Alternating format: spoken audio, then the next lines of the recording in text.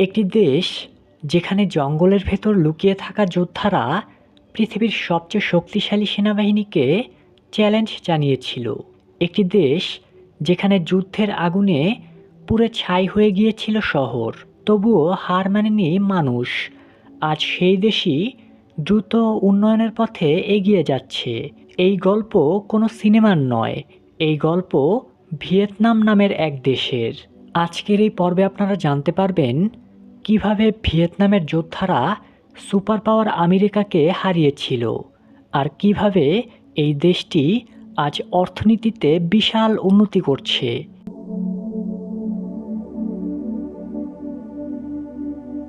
দক্ষিণ পূর্ব এশিয়ার দীর্ঘ সরু আকৃতির দেশ ভিয়েতনাম যেন একটি এস অক্ষরের মতো বিস্তৃত। উত্তরের পাহাড় থেকে দক্ষিণের নদীবৌদ্ধত সমভূমি পর্যন্ত ভিয়েতনামের ভূগোল এক বিস্ময়কর বৈচিত্র্যের গল্প। ভিয়েতনাম অবস্থিত দক্ষিণ পূর্ব এশিয়ায়। এর উত্তরে রয়েছে চীন, পশ্চিমে লাওস এবং কম্বোডিয়া, পূর্ব দিকে বিস্তৃত দক্ষিণ চীন সাগর, যা ভিয়েতনামের দীর্ঘ উপকূলরেখাকে ঘিরে রেখেছে। ভিয়েতনামের উত্তর ও পশ্চিম অংশ মূলত পাহাড়ি অঞ্চল। এখানেই অবস্থিত দেশের সর্বোচ্চ শৃঙ্গ পানসিপান। এই পাহাড়ি অঞ্চলগুলোতে রয়েছে ঘন বন, আদিবাসী জনগোষ্ঠী এবং প্রাকৃতিক সৌন্দর্য। ভিয়েতনামের জীবনধারার মূল কেন্দ্র হল তার নদীগুলো।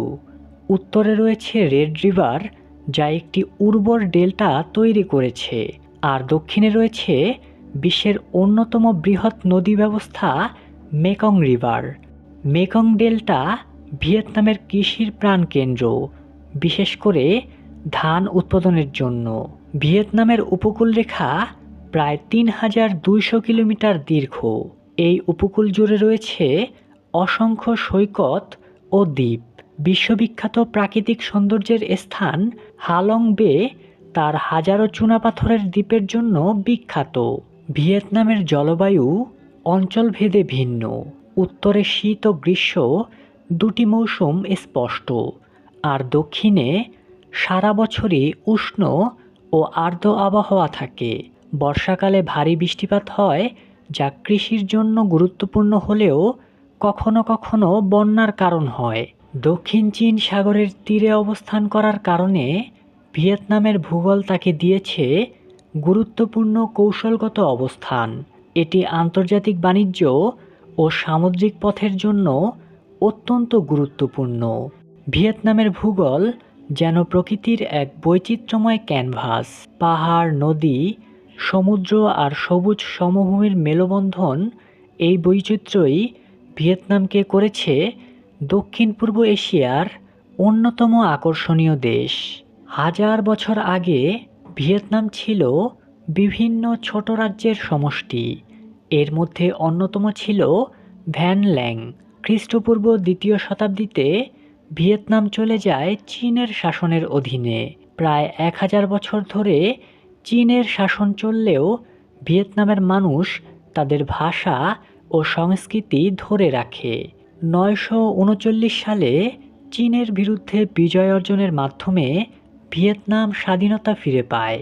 স্বাধীনতার পর ভিয়েতনামে গড়ে ওঠে শক্তিশালী রাজবংশগুলো, যেমন লি ডিনিয়াস্টি এবং ট্রেন ডিনিয়াস্টি।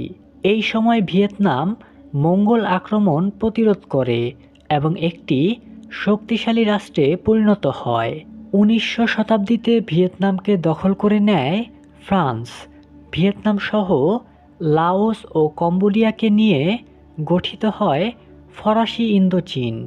এই সময় ফরাসিরা দেশের অর্থনীতি নিয়ন্ত্রণ করে এবং স্থানীয় জনগণের ওপর কঠোর শাসন চালায়। দ্বিতীয় বিশ্বযুদ্ধের সময় জাপান ভিয়েতনাম দখল করে। যুদ্ধ শেষে স্বাধীনতার জন্য আন্দোলন শুরু হয়, যার নেতৃত্ব দেন হো চি মিন।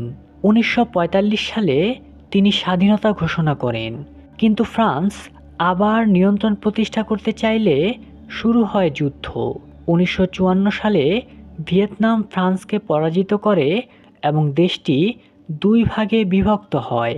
একটি উত্তর ভিয়েতনাম আর অন্যটি দক্ষিণ ভিয়েতনাম। এই বিভাজন থেকেই শুরু হয় ভয়াবহ ভিয়েতনাম যুদ্ধ। উত্তর ভিয়েতনামকে সমর্থন দেয় সোভিয়েত ইউনিয়ন ও চীন, আর দক্ষিণ ভিয়েতনামকে সমর্থন দেয় যুক্তরাষ্ট্র। দীর্ঘ ২০ বছর ধরে চলা এই যুদ্ধে লক্ষ লক্ষ মানুষ প্রাণ হারায়। ১৯৭৫ সালে উত্তর ভিয়েতনাম বিজয় লাভ করে এবং পুরো দেশ একত্রিত হয়। ১৯৭৬ সালে গঠিত হয় একীভূত সমাজতান্ত্রিক রাষ্ট্র ভিয়েতনাম।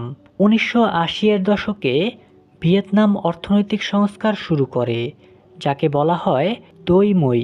এর মাধ্যমে দেশটি ধীরে ধীরে বাজার অর্থনীতির দিকে এগোয়। আজ ভিয়েতনাম দ্রুত উন্নয়নশীল অর্থনীতির একটি উদাহরণ। ভিয়েতনামের ইতিহাস শুধু যুদ্ধের গল্প নয়, এটি একটি জাতির অদম্য সাহস ও স্বাধীনতা সংগ্রামের গল্প।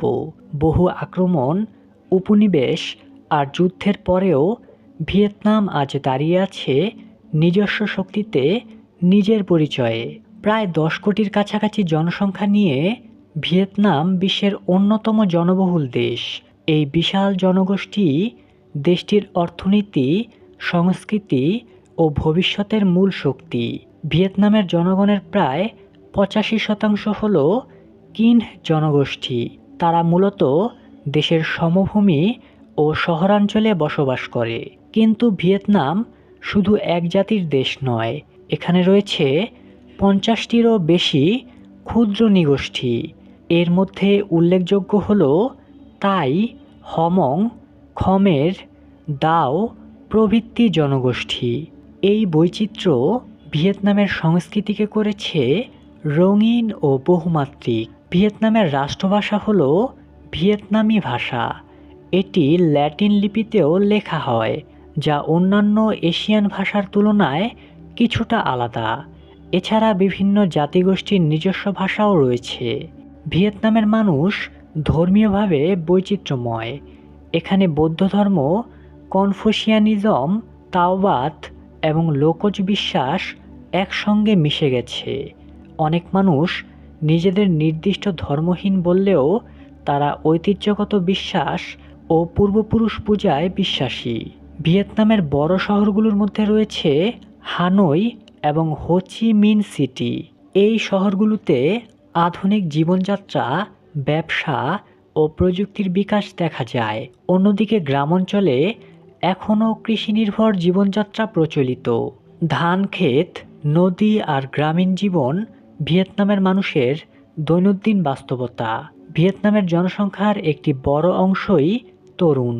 এই তরুণ প্রজন্মই দেশের অর্থনৈতিক উন্নয়নের চালিকা শক্তি। শিক্ষা, প্রযুক্তি ও ব্যবসায় তারা দ্রুত এগিয়ে যাচ্ছে। ভিয়েতনামের জনগণ শুধু সংখ্যা নয়, তারা ইতিহাস, সংস্কৃতি আর সংগ্রামের এক জীবন্ত প্রতিচ্ছবি। বিভিন্ন জাতি, ভাষা ও বিশ্বাস থাকা সত্ত্বেও এই দেশের মানুষ একসঙ্গে গড়ে তুলেছে একটি শক্তিশালী ও উন্নয়নশীল জাতি। দক্ষিণ পূর্ব এশিয়ার উদীয়মান শক্তি ভিয়েতনাম। যে দেশ একসময় যুদ্ধবিধ্বস্ত ছিল, আজ সেই হয়ে উঠেছে বিশ্বের দ্রুততম উন্নয়নশীল অর্থনীতিগুলোর একটি। এই পরিবর্তনের পেছনে রয়েছে এক বড় সিদ্ধান্ত, সংস্কার, উন্মুক্ততা এবং কঠোর পরিশ্রম। ১৯৮৬ সালে ভিয়েতনাম শুরু করে দই মই নামের অর্থনৈতিক সংস্কার। এর আগে দেশটি পুরোপুরি সমাজতান্ত্রিক ও রাষ্ট্রনিয়ন্ত্রিত অর্থনীতির ওপর নির্ভরশীল ছিল। কিন্তু দই মইয়ের মাধ্যমে ভিয়েতনাম ধীরে ধীরে বাজার অর্থনীতির দিকে এগিয়ে যায়। এই এক সিদ্ধান্তই বদলে দেয় দেশের ভবিষ্যৎ। একসময় ভিয়েতনামের অর্থনীতি ছিল কৃষি নির্ভর। ধান উৎপাদনে দেশটি বিশ্বের শীর্ষ অবস্থানে পৌঁছে যায়। আজও মেকং ডেল্টা দেশটির খাদ্য উৎপাদনের প্রাণকেন্দ্র। কিন্তু এখন ভিয়েতনাম শুধু কৃষিতে নয়, শিল্প ও উৎপাদন খাতেও দ্রুত এগিয়ে যাচ্ছে। ভিয়েতনাম এখন বিশ্বের অন্যতম বড় রপ্তানিমুখী অর্থনীতি। ইলেকট্রনিক্স, পোশাক, জুতা, ফার্নিচার এইসব পণ্য বিশ্ববাজারে ব্যাপকভাবে রপ্তানি হয়। বিশ্বের অনেক বড় কোম্পানি তাদের কারখানা স্থাপন করেছে ভিয়েতনামে কম খরচে উৎপাদনের জন্য। দেশটির অর্থনৈতিক কেন্দ্রগুলোর মধ্যে রয়েছে হো চি মিন সিটি এবং হানই। এই শহরগুলোতে গড়ে উঠেছে শিল্পাঞ্চল, আইটি খাত এবং আধুনিক ব্যবসায় প্রতিষ্ঠান। ভিয়েতনাম বিদেশি বিনিয়োগ আকর্ষণে সফল হয়েছে। চীন থেকে অনেক কোম্পানি এখন উৎপাদন স্থানান্তর করেছে ভিয়েতনামে। এই কারণে দেশটির অর্থনীতি দ্রুত বৃদ্ধি পাচ্ছে এবং কর্মসংস্থান বাড়ছে। তবে সবকিছুই সহজ নয়। পরিবেশ দূষণ, শ্রমিক অধিকার সমস্যা, আয়ের বৈষম্য, এই চ্যালেঞ্জগুলো এখনও ভিয়েতনামের সামনে রয়েছে। ভিয়েতনামের অর্থনীতি এক অসাধারণ পরিবর্তনের গল্প। যুদ্ধ থেকে উন্নয়নের পথে যাত্রা, সঠিক নীতি, কঠোর পরিশ্রম এবং বৈশ্বিক সংযোগের মাধ্যমে ভিয়েতনাম আজ প্রমাণ করেছে একটি দেশ নিজের ভাগ্য নিজেই বদলাতে পারে। ভিয়েতনাম একটি একদলীয় সমাজতান্ত্রিক রাষ্ট্র। দেশটির প্রধান রাজনৈতিক শক্তি হল কমিউনিস্ট পার্টি অব ভিয়েতনাম। এই দলই রাষ্ট্রের সব গুরুত্বপূর্ণ সিদ্ধান্ত গ্রহণ করে। অন্য কোনো রাজনৈতিক দল কার্যত ক্ষমতায় অংশ নিতে পারে না। ভিয়েতনামের রাজনৈতিক কাঠামোতে কয়েকটি গুরুত্বপূর্ণ পদ রয়েছে। এগুলো হলো রাষ্ট্রপতি, রাষ্ট্রের প্রধান, প্রধানমন্ত্রী, সরকারের প্রধান এবং পার্টির সাধারণ সম্পাদক। সবচেয়ে ক্ষমতাধর ব্যক্তি। বাস্তবে সবচেয়ে বেশি ক্ষমতা থাকে কমিউনিস্ট পার্টির সাধারণ সম্পাদকের হাতে। ভিয়েতনামে একটি জাতীয় সংসদ রয়েছে যা আইন প্রণয়নের কাজ করে। তবে বাস্তবে এই সংসদ কমিউনিস্ট পার্টির নীতিমালার মধ্যেই পরিচালিত হয়। ভিয়েতনামের রাজনীতি সমাজতান্ত্রিক আদর্শের ওপর ভিত্তি করে গড়ে উঠেছে। রাষ্ট্র অর্থনীতি, শিক্ষা ও সামাজিক ব্যবস্থায় গুরুত্বপূর্ণ ভূমিকা পালন করে। তবে অর্থনৈতিক ক্ষেত্রে দেশটি ধীরে ধীরে বাজারমুখী নীতিও গ্রহণ করেছে। ভিয়েতনাম এখন বিশ্ব রাজনীতিতে গুরুত্বপূর্ণ ভূমিকা পালন করছে। একসময় যুদ্ধের কারণে আমেরিকার সঙ্গে সম্পর্ক খারাপ ছিল, কিন্তু আজ দুই দেশের মধ্যে অর্থনৈতিক ও কূটনৈতিক সম্পর্ক উন্নত হয়েছে। এছাড়া ভিয়েতনাম সম্পর্ক বজায় রাখে চীন, আসিয়ান দেশগুলো এবং বিশ্বের অন্যান্য শক্তির সঙ্গে। দেশটির বর্তমান বাস্তবতা হল একদলীয় শাসন, শক্তিশালী কেন্দ্রীয় নিয়ন্ত্রণ, অর্থনৈতিক উন্নয়নের উপর জোর এবং আন্তর্জাতিক সম্পর্কের ভারসাম্য। ভিয়েতনামের রাজনীতি একটি ভারসাম্যের গল্প। একদিকে কঠোর একদলীয় নিয়ন্ত্রণ, অন্যদিকে দ্রুত অর্থনৈতিক উন্নয়ন। এই মডেলই ভিয়েতনামকে করেছে একটি অনন্য রাষ্ট্র, যেখানে রাজনীতি ও অর্থনীতি একসঙ্গে এগিয়ে চলছে। আজকের এই ভিডিওটি এই পর্যন্তই। পৃথিবীর বিভিন্ন দেশ নিয়ে বিস্তারিত ভিডিও চাইলে এই চ্যানেলটি ঘুরে দেখুন।